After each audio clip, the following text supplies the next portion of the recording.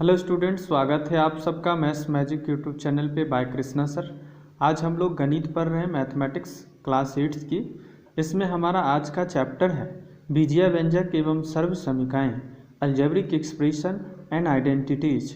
तो चलिए समझते हैं एक एक करके सारी चीज़ों की कि आखिर क्या है बीजीय व्यंजक।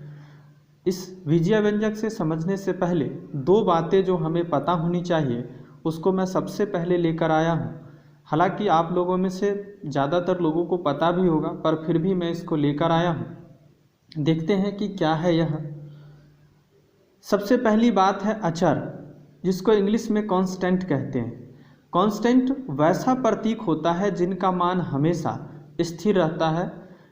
इसका मतलब हुआ कि वह फिगर या प्रतीक जिसकी वैल्यू कभी भी बदलती नहीं हो, कहीं भी बदलती नहीं हो, किसी भी स्थिति परिस्थिति में। जैसे समझते हैं, जैसे ये है एक फिगर, ये है 2।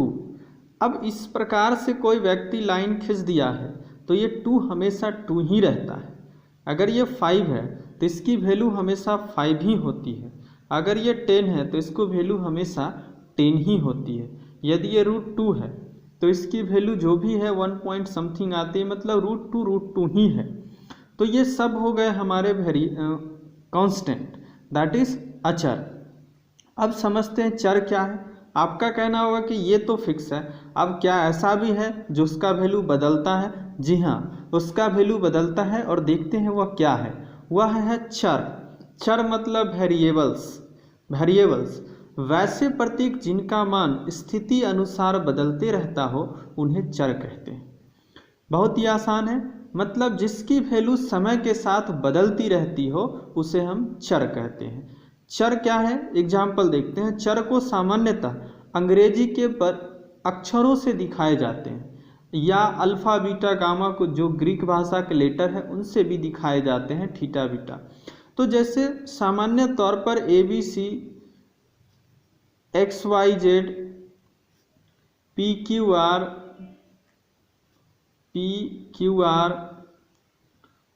LMN, ये सब क्या है? चर हैं, वेरिएबल्स हैं। इसके मान समय और स्थिति के अनुसार बदलते रहता है।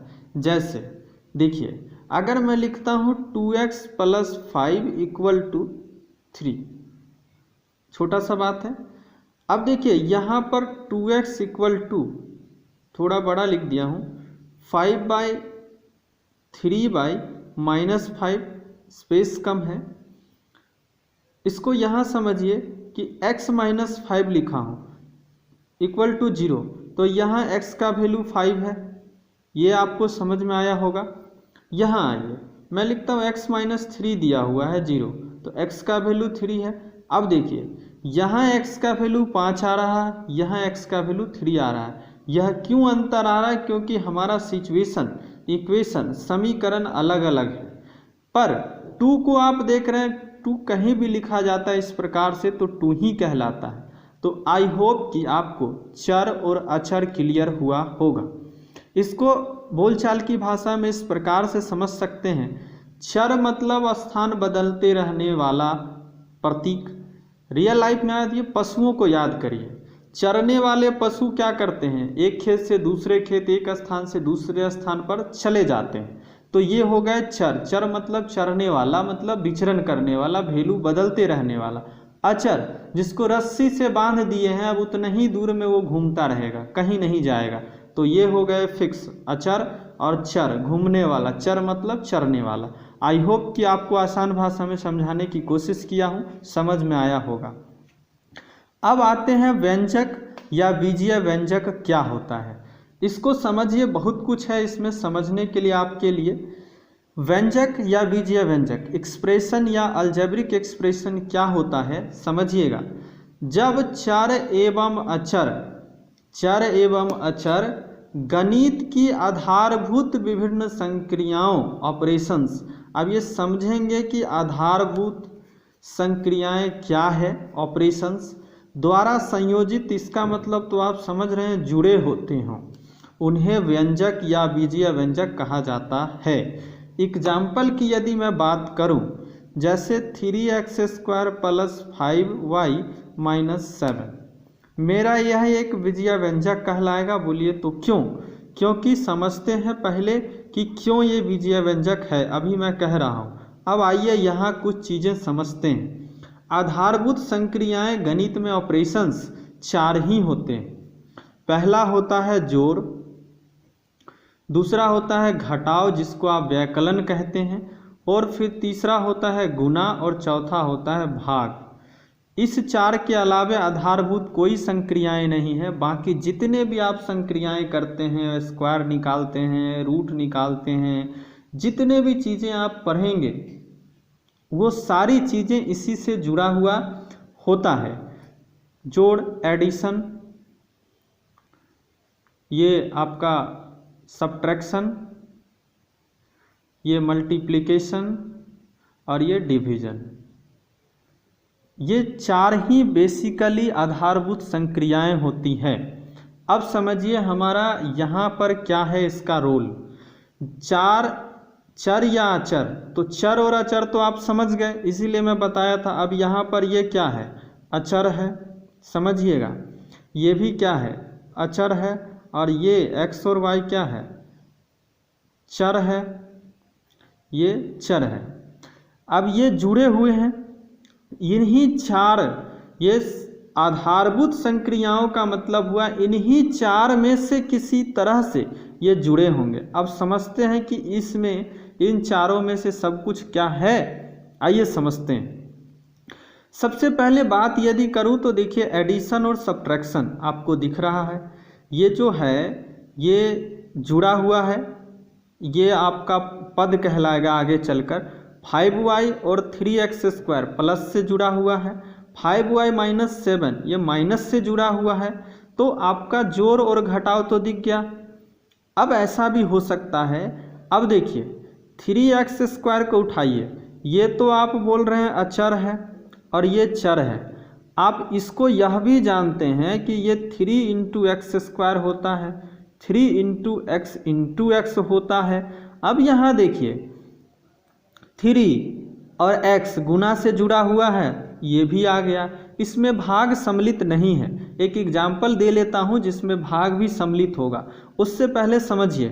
अब आपका कहना होगा कि क्या 3x² भी एक व्यंजक है? जी हाँ, अकेले में यह भी व्यंजक है। ये विशेष प्रकार का व्यंजक होगा, एक पदी व्यंजक कहेंगे। आगे इसके प्रकार पढ़ेंगे तो जानेंगे। तो इसका कहने का मतलब है कि आप यहाँ पर 3 संक्रियाएं देख लिए। एक एग्जाम्पल अगला लूँगा जिसमें डिवीज़न भी रहेगा। आइए समझते हैं फिर से।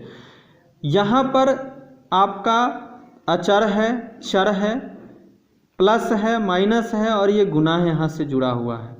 तो ये इस प्रकार से जब जुड़ा है तो ये पूरे का पूरे 3x² + 5y - 7 भी अपने आप में एक क्या है? व्यंजक है। और अकेला 3x² को भी हम एक व्यंजक बोलेंगे। आगे चलकर इसकी विशेष व्याख्या की जाएगी। अब एक एग्जाम्पल लेते हैं 3/2x + 5।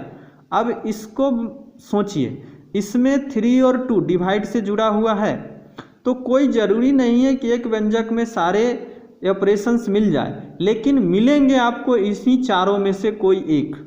आई होप कि इतना आपको समझ में आया होगा। अब देखते हैं नेक्स्ट, पद क्या होता है। अब समझते हैं स्टूडेंट्स, पद क्या होते हैं, टर्म्स। सुनिएगा ध्यान से।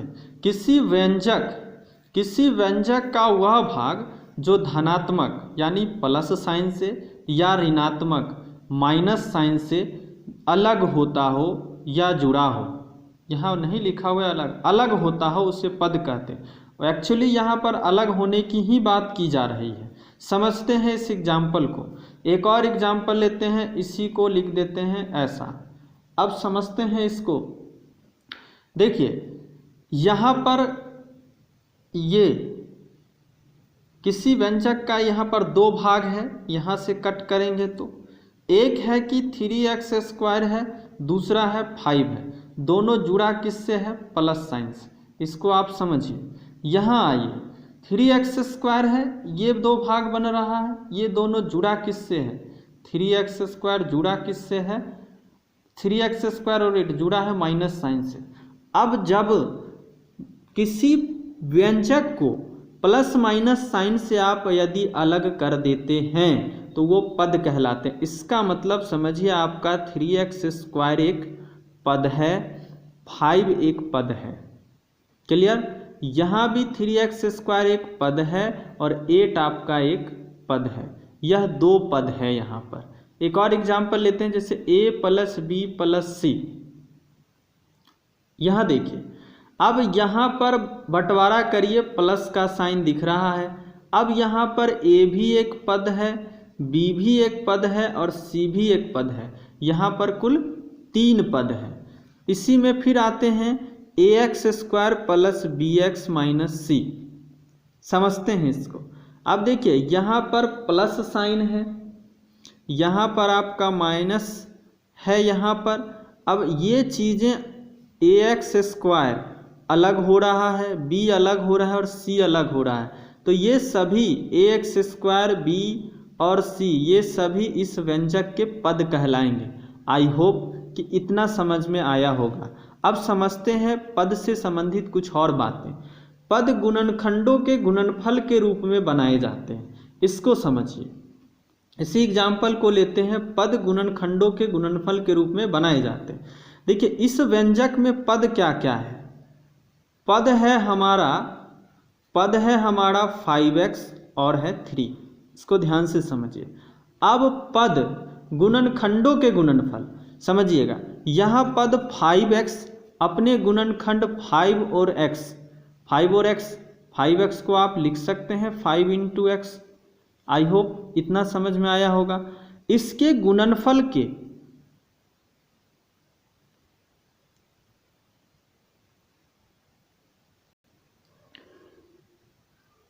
वो लाइट कट गया था। अब देखते हैं क्या देख रहे थे हम लोग। 5 एवं x, 5x जो है 5 एवं x का गुणनफल है। पद 3 केवल 3 से बना है, जो 3 और 1 का गुणनफल है, 1 का। तो इस प्रकार से आप कह सकते हैं कि पद जो बनते हैं वो गुणनखंडों के गुणनफल के रूप में बनते हैं। उसके बाद एक और बातें हैं, पदों को जोड़कर व्यंजक बनाए जाते हैं। जैसे देखिए, एग्जाम्पल देखते हैं। मेरा एक है 3x, ये पद होंगे क्योंकि ये 3 × x का गुणनफल है। दूसरा है 7y, ये भी 7 और y का गुणनफल है।